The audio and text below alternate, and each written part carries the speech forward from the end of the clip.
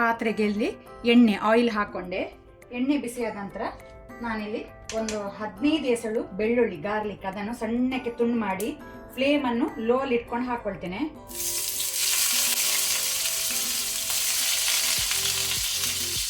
ಒಂದು ಇಂಚಿನಷ್ಟು ಶುಂಠಿ ಸಣ್ಣಕ್ಕೆ ತುಂಡು ಮಾಡಿ ಹಾಕೊಳ್ಳಿ. ಈ ರೀತಿ ತುಂಡು ಮಾಡಿ ಹಾಕೊಂಡ್ರೆ ಟೇಸ್ಟ್ ಒಳ್ಳೆದಾಗ್ತದೆ. ಪೇಸ್ಟ್ ಹಾಕೊಳ್ಳೋದು ಬೇಡ ಈ ರೆಸಿಪಿಗೆ. ಸ್ವಲ್ಪ ಇದನ್ನು ಲೋ ಫ್ಲೇಮಲ್ಲಿ ಫ್ರೈ ಮಾಡುವ.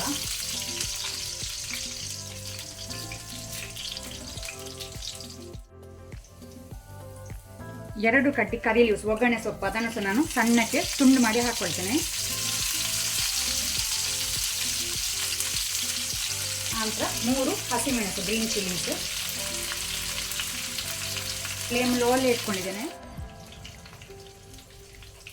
2 ಈರುಳ್ಳಿ ಆನಿಯನ್ ಹಾಕೊಳ್ತೇನೆ.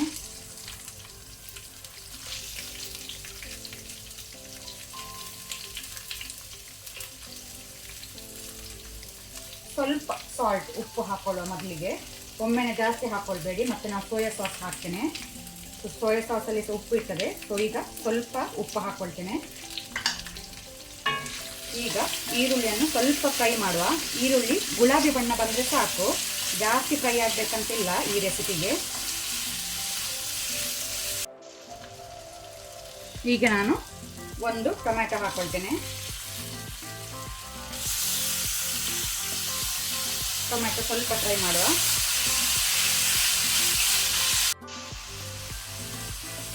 ಈಗ ನಾನು ಅರ್ಧ kg ಚಿಕನ್ ಹಾಕೊಳ್ತೇನೆ. ನಾನಿಲ್ಲಿ with bone with skin use ಮಾಡ್ತಾ ಇದ್ದೇನೆ.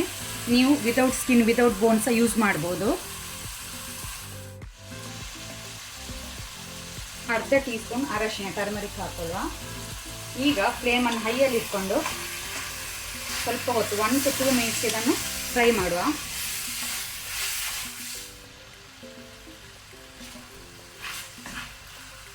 ಈಗ ನಾನು 1 ಮೀಡಿಯಂ ಸೈಜ್ ಕ್ಯಾಪ್ಸಿಕಮ್ ದೊಣ್ಣೆ ಮೆಣಸು ಹಾಕೊಳ್ತೇನೆ. ಒಳ್ಳೆ ರೀತಿಯಲ್ಲಿ ಮಿಕ್ಸ್ ಮಾಡ್ಕೊಳ್ಳುವ.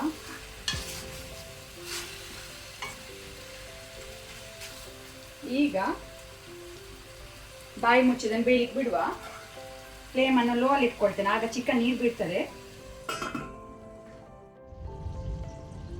ಚಿಕನ್ ಸಾಫ್ಟ್ ಆಗಿ ಬೆಂದಿದೆ. ಈಗ ನಾನು ಫ್ಲೇಮನ್ನು ಲೋ ಅಲ್ಲಿ ಇಟ್ಕೊಂಡು 1 ಟೀ ಸ್ಪೂನ್ ಆಗುವಷ್ಟು ಸೋಯಾ ಸಾಸ್ ಹಾಕೊಳ್ತೇನೆ.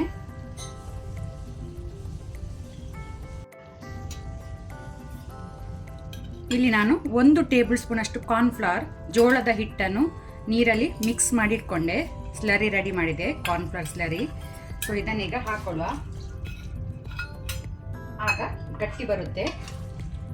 ಈಗ ನಾನು ಫ್ಲೇಮನ್ನು ಮೀಡಿಯಂ ಟು ಹೈಯಲ್ಲಿ ಇಟ್ಕೊಂಡು ಒಂದು 30 ಸೆಕೆಂಡ್ ಇದನ್ನು ನಾನು ಬಾಯ್ಲ್ ಮಾಡ್ತೇನೆ.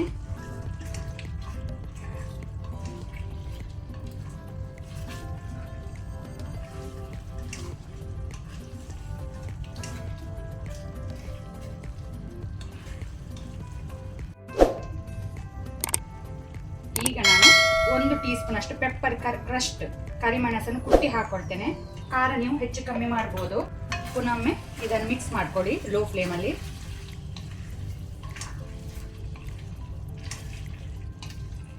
ಅಲ್ಲಿಗೆ ನಮ್ಮದು ಸೂಪರ್ ಆದ capsicum pepper chicken dry ready ಆಗಿದೆ ಸರ್ವ್ ಮಾಡಲಿಕ್ಕೆ.